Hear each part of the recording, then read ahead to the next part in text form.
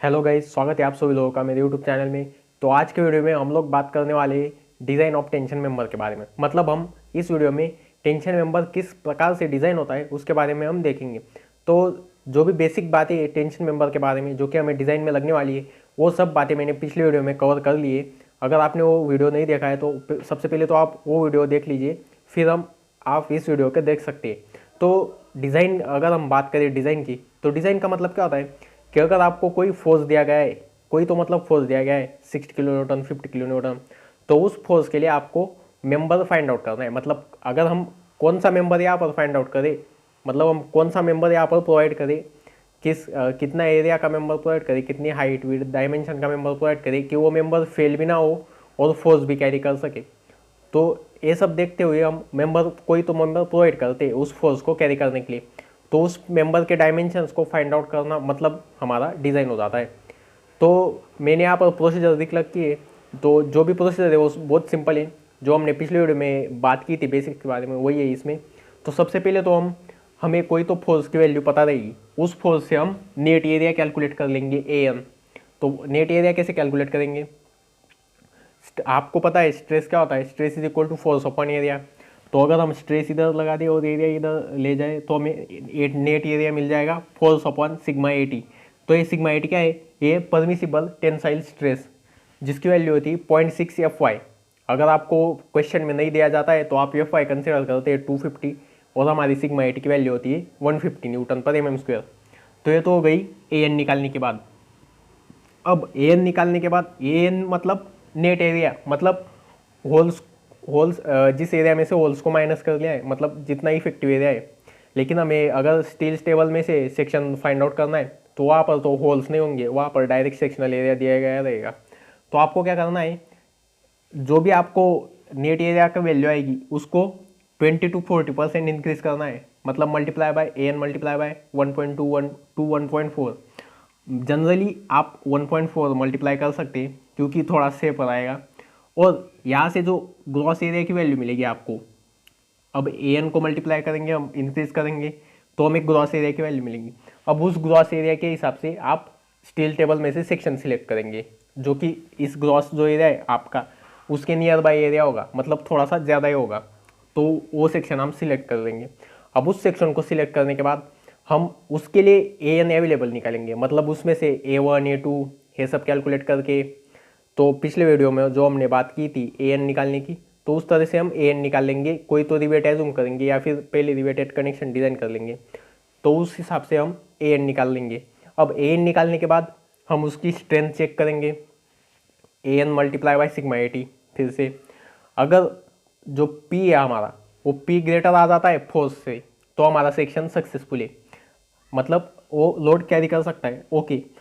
लेकिन अगर P less हो गया F से, मतलब जो भी फोर्स है उससे अगर P लेस है, कम आ गया, तो हम उसे कहेंगे कि ये सेक्शन फेल हो चुका है, मतलब वो इतना लोड कैरी नहीं कर सकता। उस केस में हम फिर से सेक्शन सिलेक्ट करेंगे, अगला सेक्शन सिलेक्ट करेंगे जो जिसका की एरिया ज़्यादा हो। उसके बाद अब ये स्टेप हो जाने के बाद अगर सेक्शन सक्सेसफुल हो गया तो उसके बाद हमें अगला चेक देना है स्लेंडरनेस रेशो का। अब स्लेंडरनेस रेशो के लिए हमें टेबल दिया गया है, टेबल 3.1। उसमें 3 चीज़ें बोली गई है। सबसे पहले रिवर्सल स्ट्रेसेस वगैरह है, उसके बाद जो स्ट्रेस में अगर टाइम मेंबर है तो अगर उस पर अगर अर्थक्वेक और विंड लोड आ रहा है तो उसके लिए अलग स्लेंडरनेस रेशो है, रिवर्सल स्ट्रेसेस के लिए अलग स्लेंडरनेस रेशो है। तो लेकिन जनरली इसमें एक और दिया गया है लास्ट में टेंशन मेंबर। अगर टेंशन मेंबर है सिंपली तो लैम्बडा नॉट ग्रेटर देन 400, मतलब 400 से ज़्यादा लैम्बडा नहीं होना चाहिए। तो एक चेक हम दे देंगे। अगर आपको कुछ मेंशन किया जाता है, कुछ स्पेशल कंडीशन, मतलब अर्थक्वेक लोडिंग आ रही है और रिवर्सल स्ट्रेसेस आ रही है इसमें, तो आप उस टेबल के हिसाब से कर सकते हैं। अगर रूप का मेंबर है, रूप में टाइम मेंबर है, ये टेंशन मेंबर है रूप में टाइम मेंबर के लिए यूज़ हो रहा है और वहाँ पर रिवर्सल स्ट्रेसेस आ रही है, मतलब अर्थक्वेक के लिए और विंड फोर्स के वजह से वहाँ पर रिवर्सल ऑफ स्ट्रेसेस हो रहा है, मतलब कभी कॉम्प्रेशन कभी टेंशन ऐसा हो रहा है, तो वहाँ पर इस लैम्बडा की वैल्यू है, लिमिटिंग वैल्यू वो होती है 350। और अगर सिंपल मेंबर है और उसमें रिवर्सल स्ट्रेसेस आ रही है, सेकंड पॉइंट जो दिया गया है हमें टेबल 3.1 में वहाँ पर लिखा गया है, तो 180 से ज़्यादा नहीं होना चाहिए। वो आप टेबल के हिसाब से देख लेंगे, क्वेश्चन में जो मेंशन किया होगा उसके हिसाब से। अब स्लेंडरनेस रेशो का चेक हो जाने के बाद हमें क्या करना है, हमें कनेक्शन डिज़ाइन करना है। मतलब हमें कितने रिवेट लगेंगे उस तरह से हमें फोर्स पता होगा, force divided by rivet value अगर हम करेंगे तो हमें कनेक्शन मिल जाएगा। यहाँ पर आप वेल्डेड कनेक्शन भी प्रोवाइड कर सकते हैं वैसे तो। अब ये तो हो गई बात जनरल डिज़ाइन प्रोसीजर की, लेकिन अब हम इसके ऊपर न्यूमेरिकल देखते हैं, वहाँ पर ये अच्छे से क्लियर हो जाएगा। तो चलिए अब हम देखते हैं एक प्रॉब्लम टेंशन मेंबर के ऊपर। तो इसमें दिया गया है, design a single angle tension member to carry load of 80 kilo newton, use 16 mm 5 rivets, assume suitable data, effective length is 3 metre. तो हमें 80 किलो न्यूटन फोर्स दिया गया है, force is equal to 80 kilo newton. उसके बाद हमें rivet का diameter दिया गया है 16 mm और इफेक्टिव लेंथ दी गई है 3 मीटर, 3000 mm। तो हमें इतना डेटा पता है। अब हमें क्या करना है, हमें ए एन निकालना है सबसे पहले, तो पहला स्टेप। तो सबसे पहले हम एज्यूम करेंगे, assuming F Y is equal to 250, therefore sigma A T is equal to 150 newton पर एम स्क्वेयर। अब हमने एज्यूम करके निकाल लिया सिग्मा एटी, क्योंकि हमें बोला गया है कि एज्यूम सुटेबल डेटा, तो हम कुछ भी एज्यूम कर सकते हैं। वैसे जनरली एज्यूम किया जाता है 150। तो हम नेट एरिया निकालते हैं यहाँ से, net area required, net area required is equal to force जो कि 80 इंटू 10⁻³ अगर न्यूटन में करेंगे तो डिवाइडेड बाय 150 सिग्मा 80। तो हमारा नेट एरिया आ जाता है यहाँ से, जो कि 80⁻³ डिवाइड बाय 150, 533.33 mm स्क्वेयर। तो इतना एरिया हमें रिक्वायर्ड है। तो अब हम क्या करेंगे, ग्रॉस एरिया रिक्वायर्ड,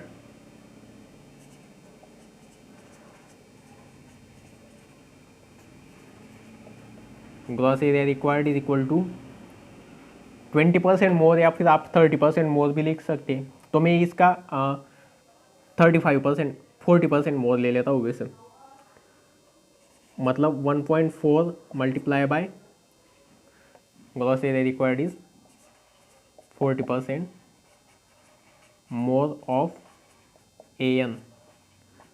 ये मैंने एज्यूम किया है सिर्फ, तो यहाँ पर लिख दिया। तो 1.4 multiply by 533.33 is equal to 746.66 mm square. अब हम इससे थोड़ा बहुत ज़्यादा अगर एरिया होगा और इसके आजू बाजू जो होगा वो हम स्टील टेबल में से फाइंड आउट करेंगे। तो यहाँ पर मैं स्टील टेबल से देखता हूँ कौन सा सेक्शन मुझे मिलता है। यहाँ पर स्टील टेबल में जो एरिया दिए गए वो थोड़े से, मतलब वो सेंटीमीटर स्क्वायर में दिए गए, तो हम उसे कन्वर्ट कर लेंगे। यहाँ पर मैं सेक्शन सिलेक्ट करूँगा, अच्छा section 7.46।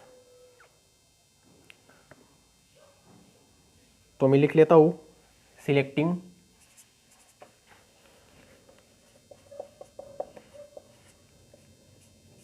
ISA 80/75, sorry it is 75/45,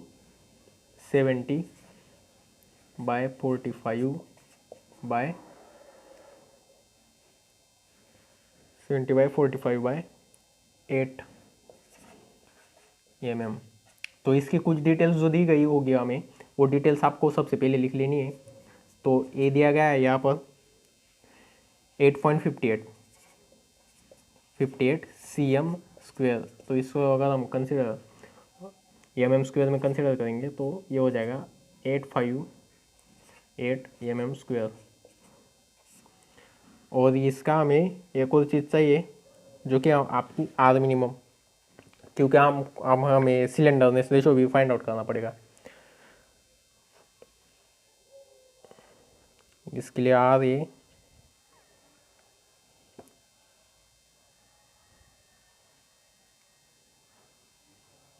0.95 है, आर मिनिमम इज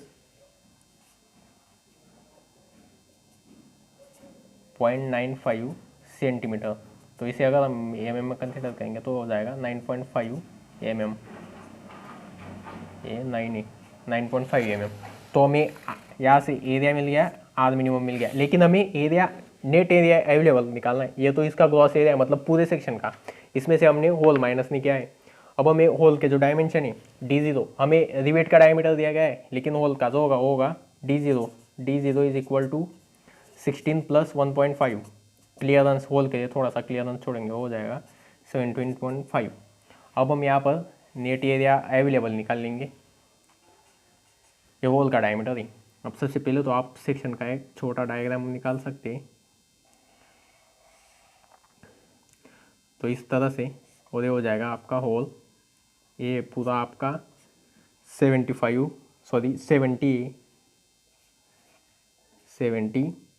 और ये 45 और थिकनेस है 8 mm, थिकनेस 8 mm है। तो सबसे पहले A1 यहाँ पर, A1 is equal to thickness multiply कर देता हूँ 8 मल्टीप्लाई बाय, अब विड्थ जो हो गया हमारी लेंथ होगी 70 माइनस 8/2 माइनस 17.5, ये हो जाएगा A1। तो इसे अगर हम कैलकुलेट करते तो आएगा 70 माइनस 4 माइनस 17.5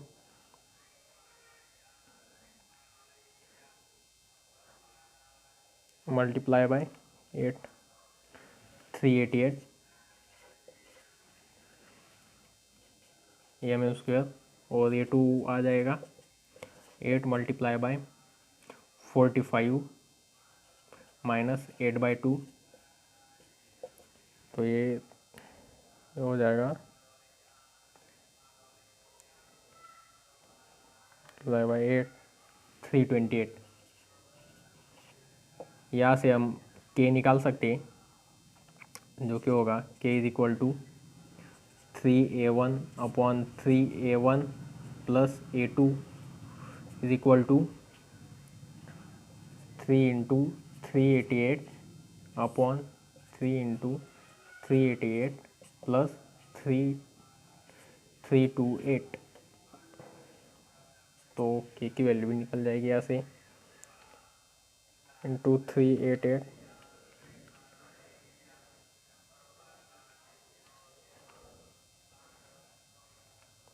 3 प्लस 328, तो ये आ रहा है आपका 0.7878।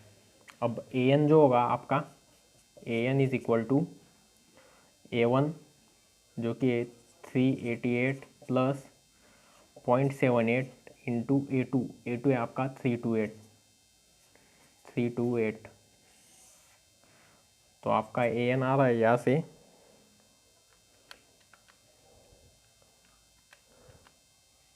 643.89 mm स्क्वायर। तो हमने अब तक क्या कर लिया है, हमने एरिया अवेलेबल निकाल लिया है an उस सेक्शन के लिए, सिलेक्टेड सेक्शन, जो कि हमारा सेक्शन सिलेक्टेड था 70/45/8। तो इस सेक्शन के लिए हमने an निकाल लिया है, जो कि 643.89। अब हम चेक करेंगे इसकी strength of member is equal to an multiply by sigma AT is equal to 643.89 multiply by 150 is equal to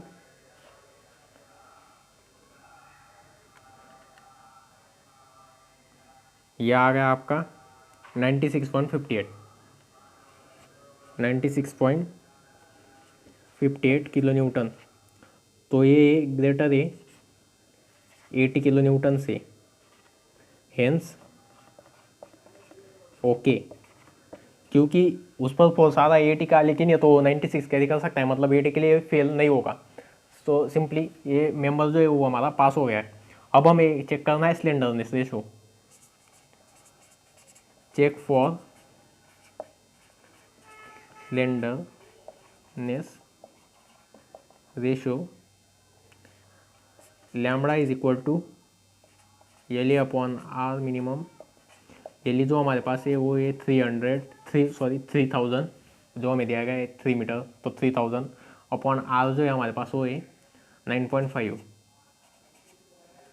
तो हम अगर इसे कैलकुलेट करते हैं 9.5, यह आ गया आपका 315.78, जो कि है less than 400, hence okay.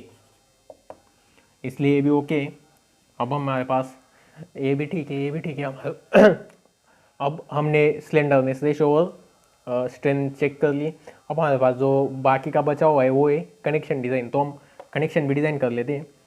Connection में हमें सिर्फ नंबर ऑफ रिवेट्स कितने रिक्वायर्ड है वही पता करना है। सो हम सबसे पहले हमें दिया गया है 16 mm, तो हम करेंगे रिवेट वैल्यू। तो पहले शेयरिंग में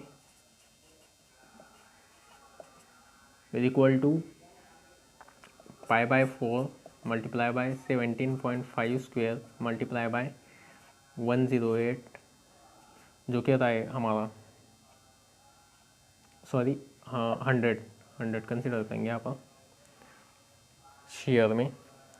तो ये आ जाएगा आपका π/4 multiply by 17.5 square multiply by 100।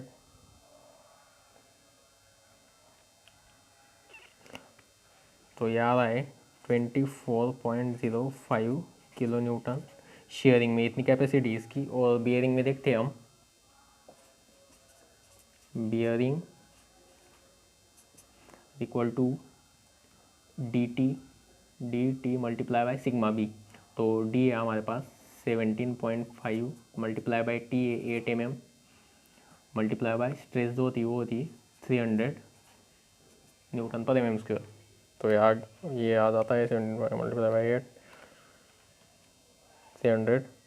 342 kilo Newton. तो ये जो ये हमारी रिवेट वैल्यू है। तो हम करेंगे नंबर ऑफ रिवेट्स,